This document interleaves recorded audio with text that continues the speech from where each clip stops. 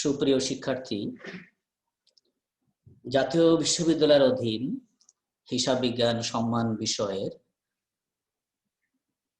চতুর্থ বর্ষের শিক্ষার্থীদের আজকের এই অনলাইন ভিডিও ক্লাসে স্বাগত ও শুভেচ্ছা জানাচ্ছি। আমাদের কোর্সের বিষয়ে working capital management and financial statement analysis. পরবর্তী কিছু সময়ের জন্য আমি তোমাদের সাথে আছি প্রফেসর শেখ জিয়াউল ইসলাম FCMA, departmental head, Azam Khan gov commerce college, Khulna. আজকে আমি আছি 10 নম্বর লেকচার নিয়ে, এবং এই লেকচারটি আমাদের যে চ্যাপ্টার আছে basic financial statement analysis techniques, তার প্রথম অংশ নিয়ে। আমি আশা করব তোমরা এই অনলাইন ভিডিও ক্লাসটি তোমাদের জন্য বোধগম্য হবে এবং তোমাদের ব্যক্তি বা কর্মজীবনে বা আমাদের জ্ঞানকে সমৃদ্ধ করার জন্য আশা করি কাজে লাগবে। তাহলে প্রিয় শিক্ষার্থী, আসো আমরা আজকের আলোচনা চলে যাই।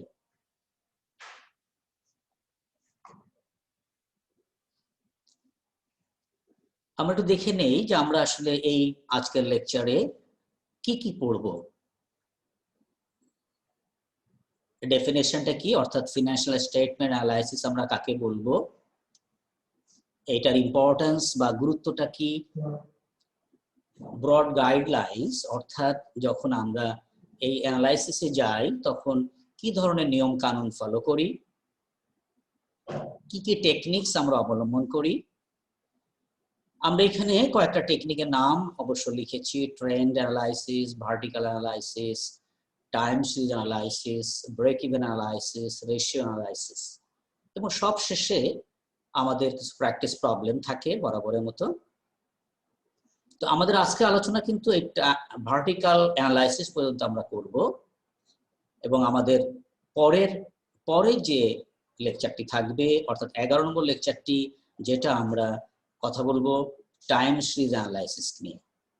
এবং তোমরা জানো যে রেশিও অ্যানালাইসিসটা আমাদের একটা পৃথক চ্যাপ্টার আছে বা অধ্যায় আছে, যেটা দিয়ে আমি আমার 12 নম্বর লেকচারটিতে চলে যাব, অর্থাৎ সর্বশেষ লেকচারটি থাকবে ব্রেক ইভেন অ্যানালাইসিস এবং রেশিও অ্যানালাইসিস নিয়ে।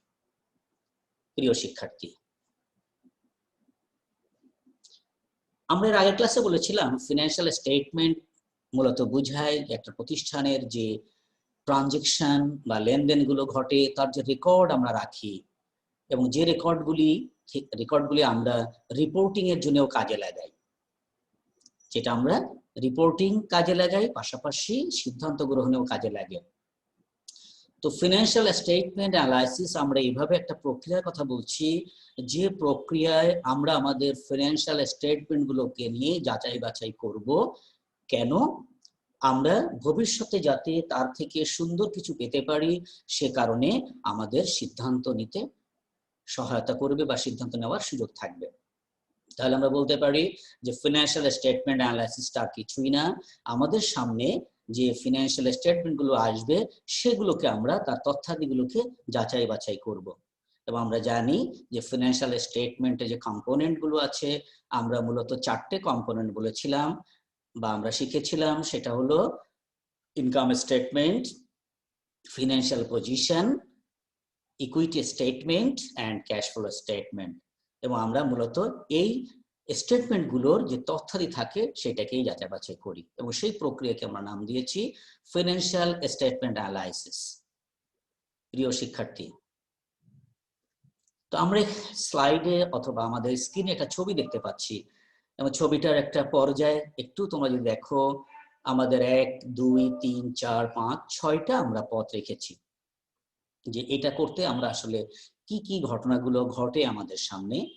এবং বরাবরের মতো আবারও বলি, আমরা যখন এই লেকচারগুলো শুনবো আমরা আমাদের পাশে কিন্তু অবশ্যই একটা টেক্সট রাখবো, এবং টেক্সটে হয়তো সামান্য ভ্যারিয়েশন থাকতে পারে, কিন্তু মূল আলোচনাটা বা মূল কথাগুলো একই থাকে। যেমন দেখো, প্রথমে আমরা লিখেছি পারপাস অফ অ্যানালাইসিস, তার মানে আমরা কোন কাজে এই অ্যানালাইসিসটা করছি, এবং আমাদের ওই কাজের পরে ডিপেন্ড করবে আমাদের অ্যানালিসিসের ধরনটা কি হবে। যেমন আমি যদি মনে করি কোনো প্রতিষ্ঠানের আমরা স্বল্প মেয়াদী তাদের যে সচ্ছলতা বিবেচনা করব বা দেনা পরিশোধের ক্ষমতা দেখব, সেই ক্ষেত্রে সাধারণ কনসেপ্টটা হলো আমি ওই প্রতিষ্ঠানের কারেন্ট অ্যাসেট এবং কারেন্ট লায়াবিলিটির কে বিবেচনা করি। তার মানে দাঁড়াচ্ছে হলো যখন আমরা যে কোন স্টেটমেন্ট নিয়ে কাজ করব বা কিভাবে কাজ করব, এটি ডিপেন্ড করবে যে আমরা কোন পারপাজে এই বিশ্লেষণটা কাজে লাগাবো। এবং যখনই সেই পারপাসটাকে আমরা সেট করে ফেলতে পারবো, সেই পারপাসটা যখনই সেট হবে, আমাদের এরপরে কাজ হচ্ছে আমরা রেলিভেন্ট ডাটাকে কালেকশন করি। এবং ডাটা কোথা থেকে পাওয়া যাবে? এই ডাটা পাওয়া যাবে ফ্রম ভ্যারিয়াস ফিনান্সিয়াল স্টেটমেন্ট, যেটা আমি একটু আগে বললাম যে ফিনান্সিয়াল স্টেটমেন্ট গুলো থেকে আমি আমার প্রয়োজনীয় ডাটাকে সংগ্রহ করব। এবং সেক্ষেত্রে আমরা এটাকে স্টেক হোল্ডার্সের সাথে আমাদের ডিসকাশনে যেতে হয়, অর্থাৎ ওই ডাটা যথার্থতা বিবেচনা করতে গেলে বা যাচাই বাছাই করতে গেলে। প্রশ্ন হলো স্টক হোল্ডার আর স্টেক হোল্ডার। প্রিয় শিক্ষার্থী, দুটোর মধ্যে পার্থক্যটা মনে রাখবা। স্টক হোল্ডার হলো কোম্পানির ওনার বা মালিক, আর স্টেক হোল্ডার হলো আমাদের ওই কোম্পানি সংশ্লিষ্ট বা কোম্পানির সাথে জড়িত যে কোনো যারই স্বার্থ জড়িত থাকবে, আমি তাদেরকে বলবো stakeholder. That is stakeholder normally the interest group of the company. অর্থাৎ সেই হিসাবে স্টক হোল্ডার স্টেক হোল্ডারের একটি অংশ। তাহলে কি দাঁড়ালো? আমরা যখন ডাটাকে কালেকশন করব, আমরা এই ডাটা পরবর্তীতে এটাকে স্টেক হোল্ডারের সাথে অর্থাৎ আলোচনা করে এটাকে আমরা ডিফাইন করব বা ঠিক করব। এবং এই কালেকশন বা রেলিভেন্ট ডাটার প্রেক্ষিতে আমরা কিন্তু এখানে একটি ডাটাকে প্রসেস করার প্রয়োজন চলে আসে। প্রসেসটা কিভাবে হতে পারে? যেমন এটা অ্যাডজাস্টমেন্টের ব্যাপার থাকতে পারে, এবং সেক্ষেত্রে আমরা এটাকে অ্যাডজাস্টমেন্ট করে সেক্ষেত্রে আমরা কিছু প্রয়োজনীয় তথ্যাদি কাজে লাগাবো। এবং সেক্ষেত্রে আমরা এখানে দেখিয়েছি যে আমাদের যে অ্যানালাইসিসটার ধরন কি হতে পারে। যেমন আমরা বলেছি কমন সাইজ স্টেটমেন্ট করে নিতে পারি, অথবা রেশিওটাকে গ্রাফে সেট করে নিতে পারি। যাই হোক, এটাকে আমরা বলছি 3 নম্বর প্রসেস বা 3 নম্বর step. And now number 4, analyze and interpret data. আমরা জানি ইন্টারপ্রিট মানে ব্যাখ্যা বিশ্লেষণ করা, অর্থাৎ অ্যানালাইজ বিশ্লেষণ এবং ব্যাখ্যা আমরা করব এখানে। ওকে, এবং এখান থেকে আমরা develop and conclusions and recommendation, আমরা এখান থেকে একটা উপসংহারকে দাঁড় করাই, অর্থাৎ আমরা যে সিদ্ধান্তে যেতে চাই তার একটা সারমর্ম আমরা এখান থেকে খুঁজে নিয়ে আসবো। And finally review and revise recommendation. যদি আমরা এই রিকমেন্ডেশন একবার তৈরি করি, আমরা জানি আমাদের এই ধরনের প্রসেসের ক্ষেত্রে তার একটু ফিডব্যাকের প্রয়োজন থাকে বা পর্যালোচনা প্রয়োজন থাকে, সেক্ষেত্রে আমরা পর্যালোচনা করতে পারি। তো প্রিয় শিক্ষার্থী, আমরা কি দেখলাম যে financial statement analysis normally combination of some steps, অর্থাৎ আমরা এই প্রসেসটায় যখন যাই আমরা কিছু ধাপকে পরপর বা ধারাবাহিকভাবে মেইনটেইন করি। ওকে প্রিয় শিক্ষার্থী, আমরা আমাদের পরের আলোচনায় যাচ্ছি যে কেন আমরা এই স্টেটমেন্টগুলোকে অ্যানালাইসিস করি। অবশ্য আমাদের এতক্ষণের আলোচনায় কিছু অন্ত উঠে এসছে যে কেন আমরা এটা অ্যানালাইসিস করব।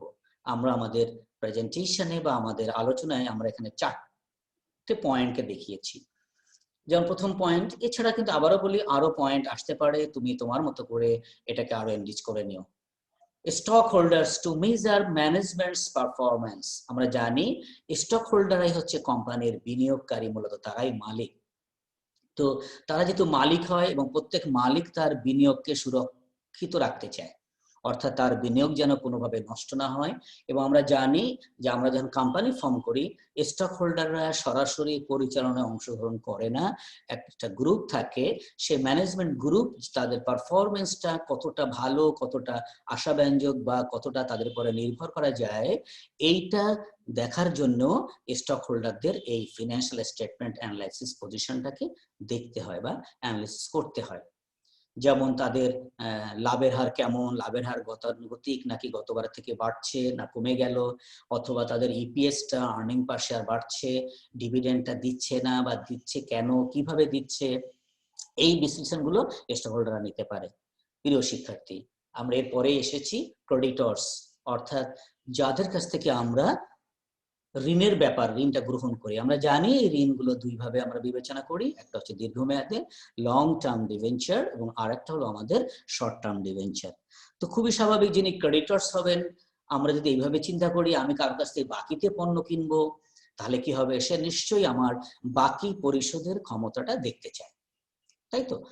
তাহলে যেহেতু বাকি পরিশোধের ক্ষমতা দেখতে চায়, তাহলে সে কি করবে, সে তখন আমার ফিনান্সিয়াল স্টেটমেন্ট তার অ্যাঙ্গেল থেকে একটু অ্যানালাইসিস করে দেখবে যে আমার তার বাকি পরিশোধ করার ক্ষমতা আছে কিনা, আমার হাতে ক্যাশ কেমন থাকে, আমার ক্যাপিটাল কেমন, এইসব যাচাই বাছাই করেই আমার এই ক্রেডিটর্স কিন্তু সিদ্ধান্ত নিতে পারে যে সে আমার এখানে বিনিয়োগ বা আমাকে বাকির সুযোগ দিবে কিনা।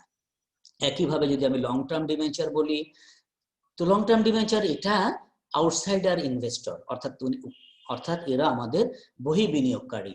আমি একটু আগেই বলেছিলাম প্রত্যেক বিনিয়োগকারী তার বিনিয়োগটাকে সবসময় সুরক্ষিত করতে চায়, পাশাপাশি বিনিয়োগের মূল থিম হলো টু মেক মোর মানি, অর্থাৎ বিনিয়োগ যিনি করবেন তার মাথায় একটা ঘটনা কাজ করে যেন আমার বিনিয়োগ আমাকে আরো টাকা এনে দেয়। ফলে ক্রেডিটর্স কিন্তু তার এই বিনিয়োগটাকে যদি সুরক্ষিত করতে চায়, সেক্ষেত্রে ওই ক্রেডিটর্স আমাদের কি করবে, আমাদের ফিনান্সিয়াল স্টেটমেন্টকে অ্যানালাইসিস করবে। নাম্বার 3, ম্যানেজমেন্ট, অর্থাৎ ম্যানেজমেন্ট গ্রুপ কি করবে, আমরা জানি যে ম্যানেজমেন্ট সবসময় আমাদের প্রতিষ্ঠানকে ভালো করার ধ্যান ধারণা বা চিন্তায় থাকে, এবং যে কারণে তাদেরকে বিভিন্ন পরিকল্পনা করতে হয় এবং এই পরিকল্পনাকে বাস্তবায়ন করা হয় ভবিষ্যতে। পরিকল্পনার সাধারণ থিমটা হলো বর্তমানে প্রস্তুত করব আমরা অতীত অভিজ্ঞতার ভিত্তিতে যেটা কার্যকরী হবে আমাদের জন্য ভবিষ্যতে।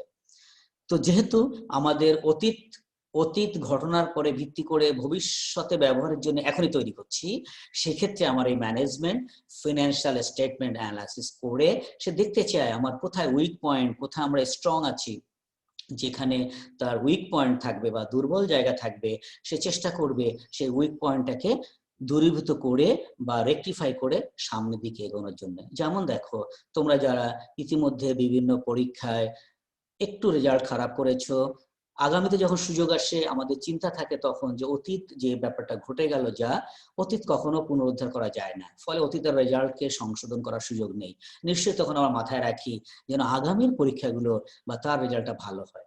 ঠিক ম্যানেজমেন্ট এই কাজটা করে যে অতীতের যে ভুল ভ্রান্তি থাকবে সেই ভুল ভ্রান্তিকে দূর করে ভবিষ্যতের যে অপারেশনটা যেন স্মুথলি করা যায়, ভালোভাবে করা যায়, সেই দিকটাই উনি বা আমার ম্যানেজমেন্ট খেয়াল করে। এছাড়া আমরা একটু পরে আলোচনা আবার আসব যে আমরা প্রথম থেকেই বলে আসছি যে আমাদের আলোচনা কিছু সীমাবদ্ধতা আছে সময়ের কারণে বা সময়ের স্বল্পতার কারণে। এবার এখানে আমরা আরো দুটো পয়েন্ট আনতে পারি, যেমন আউটসাইডার বা বিভিন্ন প্রতিষ্ঠানগুলো, যেমন ধরো আয়কর কর্তৃপক্ষ অথবা কোনো আদালতের যদি আমার এভিডেন্স হিসাবে কাজ করতে হয়, অথবা আমাদের যারা অডিট বা নিরীক্ষা করাতে আসে, আমরা জানি যে নিরীক্ষক যিনি হন তিনি এসে কিন্তু তার মতো করে সিদ্ধান্ত দেওয়ার জন্য উনি কিন্তু আমার এই ফিনান্সিয়াল স্টেটমেন্টটাকে অ্যানালাইসিস করবেন। তার মানে আমরা এখানে কিন্তু আরো কিছু এক্সটার্নাল পার্টির নাম নিয়ে আসতে পারি, তোমরা সেগুলো তোমার পার্টির নামগুলো এনে আমরা কি করব, আমাদের এই বিষয়গুলোকে আরো বেশি সমৃদ্ধ করব।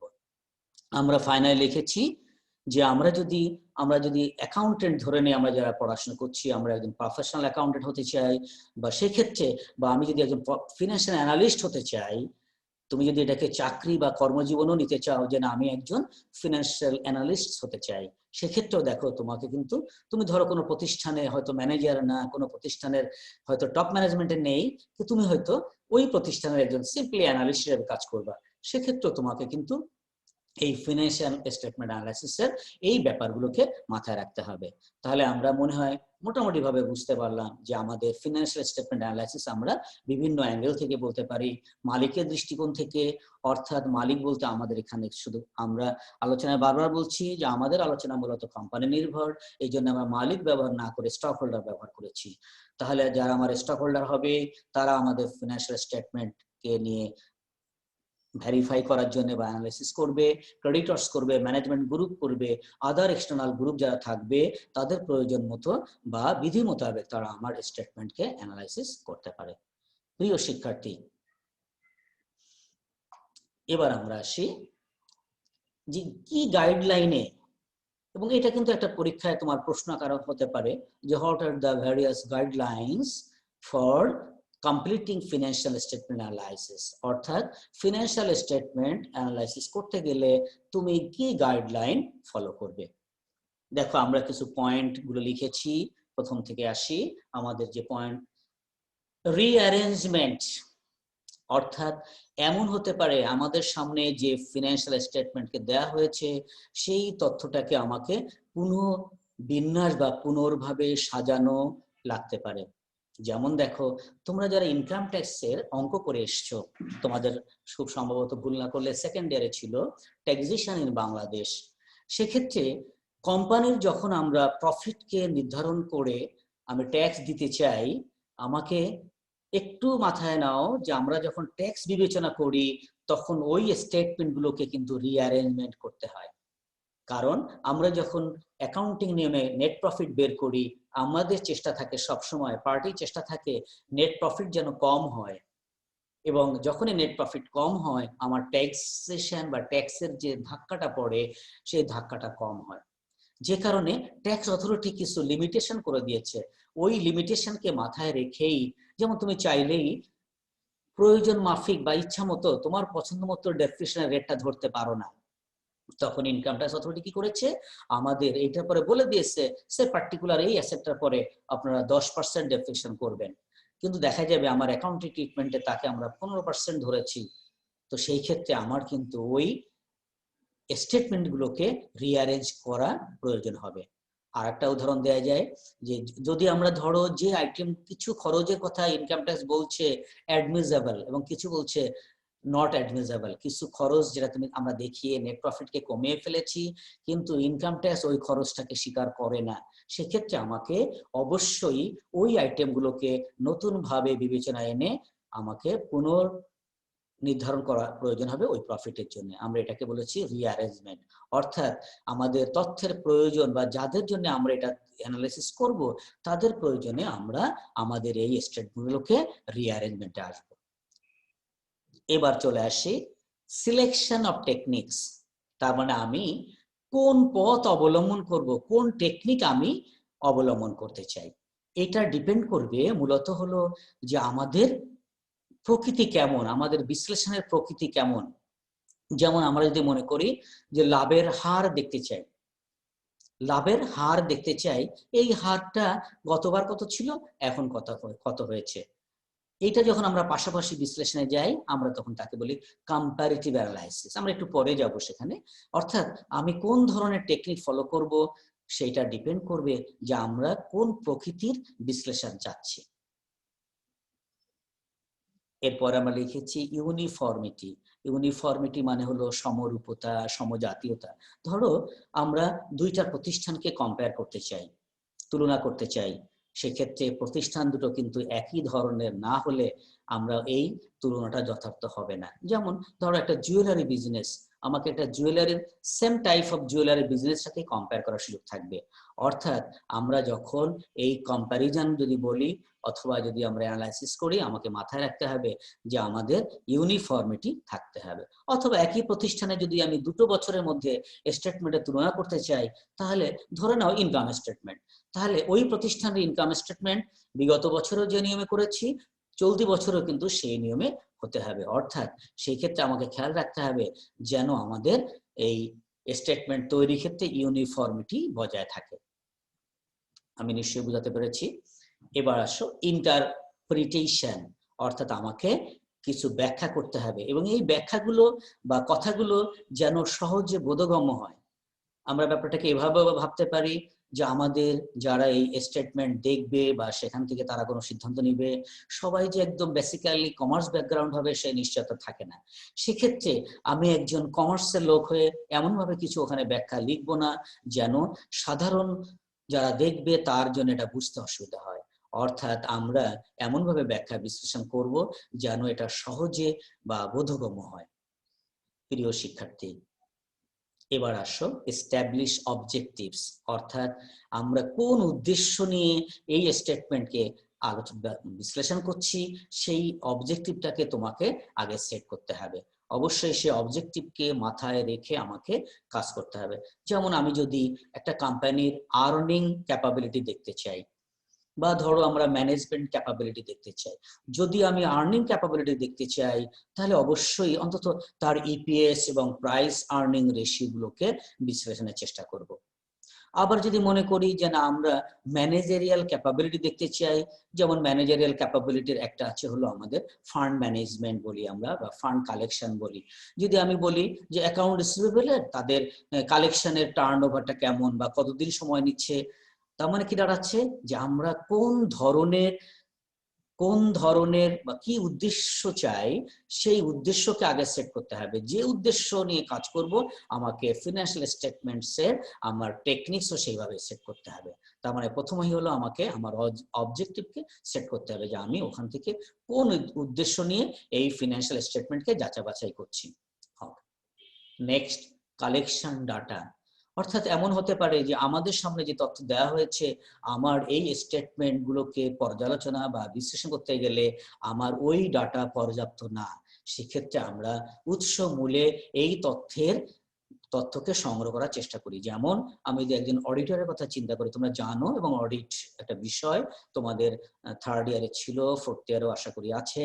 সেক্ষেত্রে আমরা জানি একজন অডিট যিনি এক্সটার্নাল অডিটর হন, তিনি এসে তার প্রয়োজনে ওই তথ্যের উৎস মূলে যিনি কাজ করবেন উৎস মূলে সংগ্রহ করার চেষ্টা করেন তথ্যের সত্যতা যাচাইয়ের জন্য। অর্থাৎ যিনি বিশ্লেষণ করবেন সব তথ্যই উনি না মেনে নিয়ে প্রয়োজনে তথ্য উৎস থেকে সংগ্রহ করার চেষ্টা করবেন।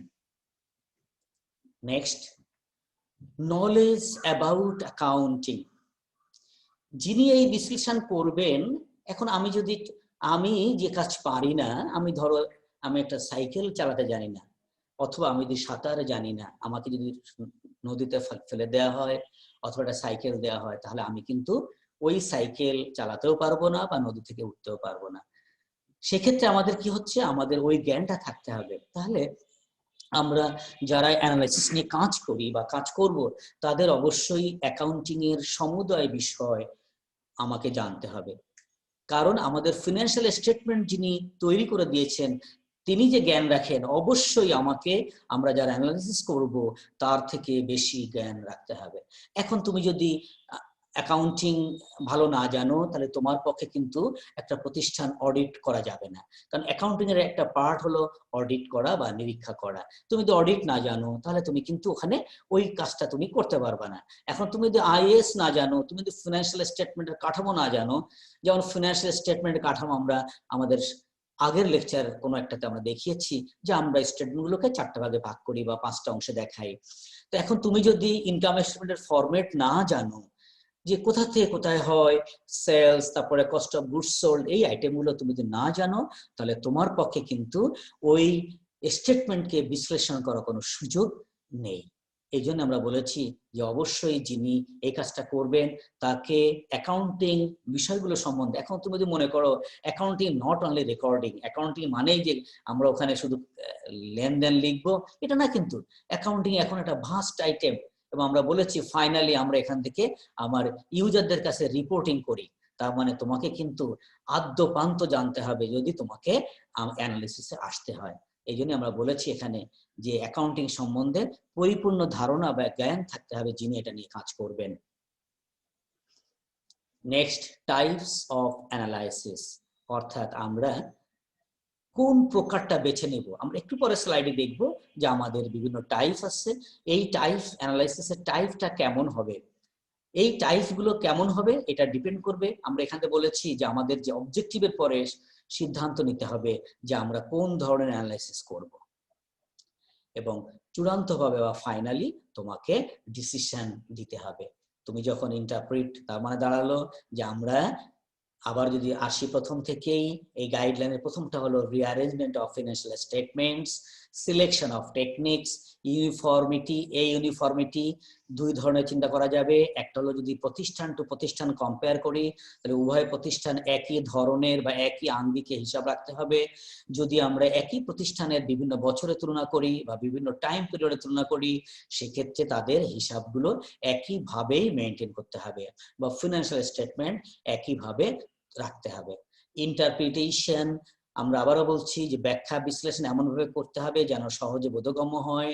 Establish an objective or objectives, আমাকে উদ্দেশ্য সেট করতে হবে এবং এই উদ্দেশ্যের পরে ভিত্তি করে আমরা আমাদেরকে ডাটাকে সংগ্রহ করব। কিছু ডাটা মিসিং থাকে বা ডাটার পেছনের ডাটা বের করে নিয়ে আসবো আমরা। নলেজ অ্যাবাউট অ্যাকাউন্টিং, তোমাকে অ্যাকাউন্টিং সম্বন্ধে ভালো ধারণা থাকতে হবে। টাইপস অফ অ্যানালাইসিস, আমাকে নির্ধারণ করতে হবে আমি কোন ধরনের অ্যানালাইসিস করব, চূড়ান্তভাবে আমরা ডিসিশন মেক করব। প্রিয় শিক্ষার্থী, এবার দেখো আমরা এখানে একটা ছক দেখিয়েছি এবং ছকের ছবি বলেছি। এই ছবিটা জাস্ট তোমাদের একটু ভিজুয়ালাইজ করার জন্য এখানে আমরা আসলে কি কি করি, কি দেখি, যাই হোক। এখন দেখো আমরা বলেছি tools of financial statement, tools that is techniques গুলো কি হতে পারে। আমরা প্রথমে দেখিয়েছি যে কম্পারেটিভ ফিনান্সিয়াল স্টেটমেন্টস, কম্পারেটিভ যেটা আমরা একটু পরে আলোচনা করব। এরপরে আমরা common size financial statement analysis, financial স্টেটমেন্টকে কমন সাইজ কিভাবে করা হবে যাব আজকে আলোচনায় থাকবে। ট্রেন্ড অ্যানালাইসিস, যে আলোচনা আমরা পরের লেকচারে যাব।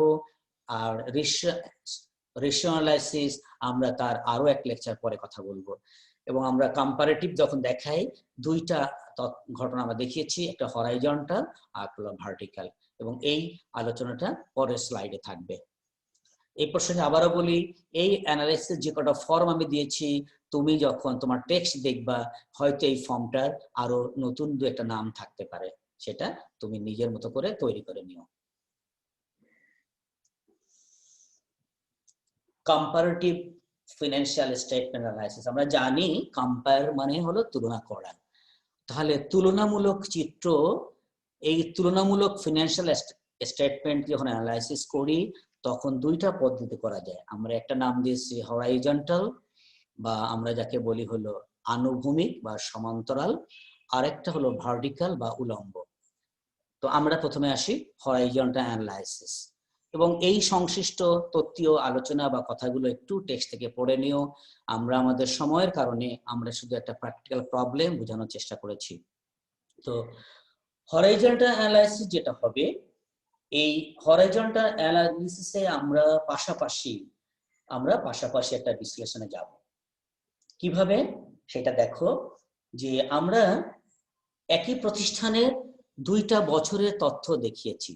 নামটা দেখো কম্পারেটিভ। কম্পারেটিভ মানে হলো তুলনা করা। 2019 এবং 20 আমরা এই দুটো আর্থিক বছরের ইনকাম স্টেটমেন্টকে এখানে আমরা শো করেছি। তো এই horizontal analysis not only income statement, আমরা এটা ব্যালেন্স শিট দিয়েও করতে পারি, আমরা এটা ক্যাশ ফ্লো স্টেটমেন্ট দিয়েও করতে পারি, আমরা যে কোনো ধরনের স্টেটমেন্ট থেকে, আমরা ইকুইটি স্টেটমেন্ট থেকে করতে পারি। হরাইজন্টালে আমরা একই প্রতিষ্ঠানের দুইটা ইয়ার অথবা এখানে দুটো প্রতিষ্ঠান দিয়েও কম্পেয়ার করা যায়। আমরা এখানে আমাদের আলোচনার শুধু একই প্রতিষ্ঠানের দুইটা বছর নিয়ে কম্পেয়ার করেছি বা কথা বলার চেষ্টা করছি। তোমরা যখন টেক্সট খুলবে দেখবে এই ধরনের কিছু অঙ্ক হয়তো কোম্পানি এ, কোম্পানি বি এই নামে থাকতে পারে। প্রিয় শিক্ষার্থী, তো আমরা শুধু ইনকাম স্টেটমেন্ট দিয়েছি, এবং ইনকাম স্টেটমেন্ট একটা জেনারেল ফরম্যাট আমরা জানি। সেলস থেকে আমরা কস্ট অফ গুডস সোল্ড বাদ দেই, আমরা সংক্ষেপে সিওএস ব্যবহার করেছি, কস্ট অফ সেলস। এবং আমরা জানি যে সেলস থেকে সিওএস বাদ দিলে থাকে আমাদের জিপি বা গ্রস প্রফিট।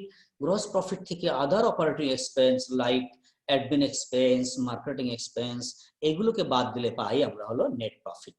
এবং দেখো 19 সালে আমরা 20,000 টাকার বিক্রি থেকে কস্ট অফ গুডস সোল্ড 10,000, সেখান থেকে বিয়োগফল নিশ্চয়ই থাকবে 10,000, এবং আদার অপারেটিং এক্সপেন্স আছে আমার 5,000, আমাদের নেট প্রফিট 5,000।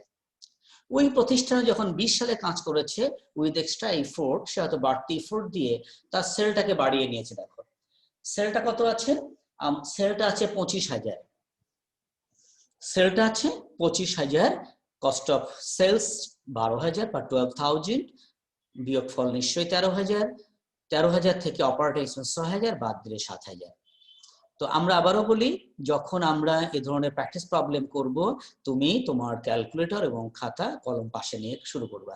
তাহলে এখন বলো যে আমাদের 2019-এর তুলনায় আমাদের 20 সালের পরিবর্তনটা নিশ্চয়ই আমার বিক্রি বাড়ছে। আমরা এখানে ব্যবহার করেছি ইনক্রিজ অর ডিক্রিজ। যদি ডিক্রিজ হয় এখানে আমরা মাইনাস চিহ্ন ব্যবহার করব, আর ইনক্রিজ হলে প্লাস চিহ্ন ব্যবহার করব। আমরা এখানে ইনক্রিজটাই দেখিয়েছি, এই জন্য আমরা সব জায়গায় প্লাস ব্যবহার করেছি। এই প্লাস দেওয়া মানে সব জায়গায় আছে। ওকে প্রিয় শিক্ষার্থী, আমরা একটু খেয়াল করি। তাহলে 20,000 থেকে আমার বিক্রি বেড়ে 5,000, কস্ট অফ গুডস সোল্ড বা কস্ট অফ সেল 10 থেকে বেড়ে 12,000, তার মানে 2,000। গ্রস প্রফিট 10 থেকে 13 হয়েছে, এখানে তার মানে ডিফারেন্সটা 3,000। 5,000 থেকে 6,000 আমার অপারেটিং এক্সপেন্স বৃদ্ধি হয়েছে, অর্থাৎ 1,000 টাকা বেড়েছে। নেট প্রফিট বেড়েছে 5,000 থেকে 7,000, তার মানে হলো আমার নেট প্রফিট বেড়েছে 2,000। এবার যদি আমরা এই পার্সেন্টেজ ইনক্রিজ আর ডিক্রিজটা আমরা আমাদের শতকরা হারে দেখাই, তো খেয়াল রাখতে হবে এই শতকরা হারটা বের করতে হবে বেজ মান বা বেজ ভ্যালু দিয়ে। তার মানে হলো আমরা এইভাবে বিবেচনা করব, 20,000 টাকার সেল বেড়েছে 5,000 টাকা, 1 টাকায় কত, 100 টাকায় কত। নিঃসন্দেহে তখন আমরা ছোটবেলার মতো ঐকিক নিয়মে যাব, 5,000 ডিভাইডেড বাই 20,000 ইন্টু 100। ক্যালকুলেটর করলে এটা আসবে পার্সেন্টেজে, ক্যালকুলেটর এটা আসবে তাহলে পার্সেন্টেজ। এবং যেহেতু এখানে পার্সেন্টেজ লেখা, আমরা কিন্তু এখানে আর পার্সেন্টেজ ব্যবহার করিনি। একইভাবে দেখো, সেল 20-এ বেড়েছে 5,000, তাহলে পার্সেন্টেজে 25 আসবে। আমরা একটু ভুল করেছি কিনা, 20-এ যদি 5 হয় তাহলে 25 হবে। হ্যাঁ, থ্যাংক ইউ। এবার আসো কস্ট অফ সেলস, তুমিও হিসাব করো। 10,000-এ 2,000, তার মানে 20%। এরপরে জিপি 10,000 থেকে 3,000 হয়ে, তাহলে এটা 30%। অপারেটিং এক্সপেন্স বেড়েছে 20%। ফাইনালি আমাদের দেখো আমাদের নেট প্রফিট 40%। এখন তুমি যখন ওই কোম্পানির ওই প্রতিষ্ঠানের একজন বিশ্লেষক বা অ্যানালিস্ট হিসেবে কাজ করবে, তখন তুমি কিন্তু এই কারণগুলোকে তোমাকে উদ্ধার করতে হবে যে কেন বাড়ছে। যদিও আমরা এখানে ইতিবাচক ফলাফল দেখিয়েছি, ইতিবাচক ফলাফলের ক্ষেত্রে আসলে দায়টা অনেক কমে যায়, কিন্তু যদি এটা নেতিবাচক হতো, যদি এমন হতো সেলটা ফল করে 15,000 হয়েছে, অর্থাৎ এখানেও ডিক্রিজ, তাহলে হতো 5,000, সেই ক্ষেত্রে আমাকে বা যিনি বিশ্লেষণ করবেন তাকে দেখতে হতো যে কোম্পানির কেন এই বিক্রয়ের পরিবর্তন এসছে নিম্নমুখী। এই কারণ উদ্ধার করার জন্যই এই স্টেটমেন্টটাকে করা হয়। তার মানে কি হলো, হরাইজন্টাল অ্যানালাইসিস যখন আমরা করব, আমরা এই ফিগারগুলো বা পরিবর্তনগুলোকে ফাইনালি কিন্তু পার্সেন্টেজে শো করব। পার্সেন্টেজে শো করলে কম্পারিজনে সুবিধা হয়। বিশেষ করে ফার্ম টু ফার্ম কম্পারিজনে অবশ্যই পার্সেন্টেজ প্রয়োজন হবেই। এখন তোমরা তো ভাবতে পারো যে আমি কি শুধু ইনকাম স্টেটমেন্ট নিয়েই ভাববো? না, তুমি যদি মনে করো ব্যালেন্স শিট নিয়ে ভাবো, যদিও আমরা ব্যালেন্স শিটের কোনো প্র্যাকটিস প্রবলেম রাখিনি, আমি শুধু বলে দেই, ধর ব্যালেন্স শিট যখন হবে বা ফিনান্সিয়াল পজিশন যখন থাকবে, তখন এইখানে নিশ্চয়ই আমার ফিনান্সিয়াল পজিশন শব্দটা লেখা হবে, পাশাপাশি এই আইটেমগুলো সব হবে আমার ব্যালেন্স শিট আইটেমগুলো। অর্থাৎ আমার ক্যাপিটাল থাকবে, কারেন্ট অ্যাসেট থাকবে, নন কারেন্ট অ্যাসেট থাকবে। তখন ঠিক একইভাবে আমি বিবেচনা করব যে আমার অ্যাসেট বেড়েছে না কমেছে, লায়াবিলিটি বেড়েছে না কমেছে। অথবা যদি আমি এটা দুটো ফার্মের মধ্যে কম্পেয়ার করি, তাহলে দুটো ফার্মের পজিশনটা আগে কি ছিল, সরি, এই ফার্মের পজিশনের তুলনায় এই ফার্মের পজিশনটা ভালো না মন্দ, আমরা কিন্তু এটা কম্পেয়ার করতে পারি। তাহলে কি দাঁড়ালো যে হরাইজন্টাল অ্যানালাইসিসে আমরা মূলত যে কাজটা করি, পাশাপাশি তথ্য রেখে, সেটা হতে পারে সেম ফার্ম ডিফারেন্ট ইয়ার অথবা ডিফারেন্ট ফার্ম, আমরা দুইভাবেই আমাদের টেক্সটে অঙ্ক পাবো। প্রিয় শিক্ষার্থী, আমরা চলে যাই আমাদের পরের আলোচনায়। আমরা উপরের উদাহরণটাকেই কাজে লাগাচ্ছি, বা উপরের আমরা যে অঙ্কটা ব্যবহার করেছি তার শুধু 19 সালটা নিয়েছি। তুমি তুমি যে কাজটা করবা, পরে তোমার হোমওয়ার্ক হিসেবে থেকে গেল 20 সালটা একইভাবে তুমি তোমার হোমওয়ার্ক হিসেবে ট্রিট করবা, এবং লেকচার শেষ হয়ে যাওয়ার পর তুমি সেই কাজটা করে নিও। আবারও বলি, আমরা এখানে বলেছি ভার্টিক্যাল অ্যানালাইসিস। ভার্টিক্যালের বাংলা হলো উলম্ব বিশ্লেষণ। উলম্ব মানে কলাম আকারে, লম্বা লম্বি, এই জন্য শব্দটা ভার্টিক্যাল বলি। আর যেটা আগে ছিল হরাইজন্টাল মানে সম আনুভূমিক, অর্থাৎ ভূমির মাপে বা সমান্তরাল বিশ্লেষণ বাংলায় বলা হয়। তো ভার্টিক্যাল অ্যানালাইসিসে যেটা করা হয় সেটা হলো, যে স্টেটমেন্ট নিয়ে আমি ভাববো, সেই স্টেটমেন্টের একটা ভাইটাল অ্যামাউন্টকে আমি 100 হিসাবে বিবেচনা করব। কি বলেছি কথাটা? যে আমরা যে স্টেটমেন্ট নিয়ে ভাববো, আমরা সেই স্টেটমেন্টের একটা ভাইটাল অ্যামাউন্ট, যেমন আমরা ইনকাম স্টেটমেন্ট নিয়ে ভেবেছি, এইটা শেষ করার পরে আমি আমার অন্যগুলো কথা বলবো। তাহলে এটা আসো, ইনকাম স্টেটমেন্টের ভাইটাল অ্যামাউন্ট ধরা হয় সেলসকে, অর্থাৎ গ্রস অ্যামাউন্ট যেটা, এই ইনকাম স্টেটমেন্টের সেলসটাকে আমি আমার ভাইটাল অ্যামাউন্ট ধরবো, এবং ওই স্টেটমেন্টের যতগুলো উপাদান থাকবে সবগুলো উপাদানকে আমি আমার এই সেলস এর ফিগার এর উপরে ভিত্তি করে পার্সেন্টেজ ফর্মে নিয়ে যাব বা শতকরা হারে প্রকাশ করব। প্রিয় শিক্ষার্থী, তাহলে কথা কি দাঁড়ালো? ভার্টিক্যাল অ্যানালাইসিস যখন আমি করব, সেটা হতে পারে যে কোনো ইয়ারের বা যে কোনো প্রতিষ্ঠানের। আমি আমার আগের উদাহরণের 19 সালটাকে নিয়ে এসেছি, বা আগের প্র্যাকটিস প্রবলেমের 19 সালটাকে নিয়ে আসছি এখানে। তো আমরা 19 সালের দেখো তথ্যগুলো আবার একটু দেখি। আমার sales 20, cost of sales 10, GP 10, operating expense 5000 এবং নেট প্রফিট 5000। এখন আমি যদি সেলসটাকে আমার ভাইটাল অ্যামাউন্ট ধরি, তাহলে তুমি হিসাব করে দেখো, অঙ্ক করো যে কস্ট অফ সেল এই 10,000 20,000-এর শতকরা কত অংশ। এবং আমরা জানি যে শতকরা প্রকাশ করার সহজ শর্ত হলো কস্ট অফ গুডস সোল্ড এর টাকাটাকে ভাগ করব 20,000 দিয়ে, গুণ করব 100 দিয়ে। ক্যালকুলেটর ধরো এক্ষুনি। এবং আমরা যেহেতু সেলসটাকে আমরা আমাদের মেইন কম্পোনেন্ট বা মেইন এলিমেন্ট ধরেছি, আমরা লিখে নিয়েছি সেল মানে হলো 100%। আবারও বলছি, আমরা কথা বলছি ইনকাম স্টেটমেন্ট নিয়ে শুধু। তাহলে আমাদের সেলস 100। এবার তুমি আসো, কস্ট অফ গুডস সোল্ড যদি 10,000 হয়, তাহলে 10,000-এর 20,000 কত অংশ? ক্যালকুলেটর ধরো একটু, 10কে 20 দিয়ে ভাগ করো, 100 দিয়ে গুণ করো, অর্থাৎ 10,000-কে 20,000 দিয়ে ভাগ করো, 100 দিয়ে গুণ করো, নিশ্চয়ই 50 আসবে। আবারও বলি, এখানে পার্সেন্টেজ গুলো লেখা আছে বলেই আমি কিন্তু পার্সেন্টেজ কোথাও লিখিনি। তাহলে বোঝা গেল সেলসের 50 ভাগ হলো কস্ট অফ গুডস সেলস। ওকে, বিয়োগফল ছিল আমাদের গ্রস প্রফিট।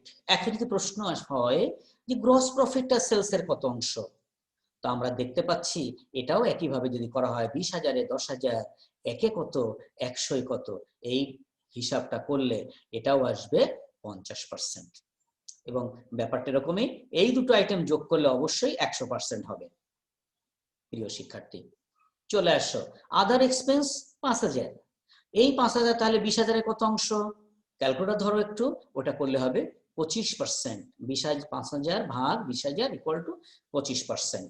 ওকে, নেট প্রফিট ফাইনালি আমরা পেয়েছি 5,000 টাকা। তাহলে 5,000 20,000-এর কত অংশ? এটা হবে হলো ভাগ করলে একইভাবে 25%। তাহলে এখন কিন্তু আমরা এই মোট ফিগার না দেখে আমরা এখন একবারেই বলতে পারি ওই প্রতিষ্ঠানের জন্য 50% cost of sales, 50% gross profit, 25% other expense and net profit 25%। এখন তুমি যখন অ্যানালিস্ট হিসেবে কাজ করবা, নিশ্চয়ই আমার এই যে ফিগারটা আমরা সন্তুষ্ট থাকতে পারি, কারণ ওভারঅল আমার দেশের জন্য 25% লাভ ভালোই।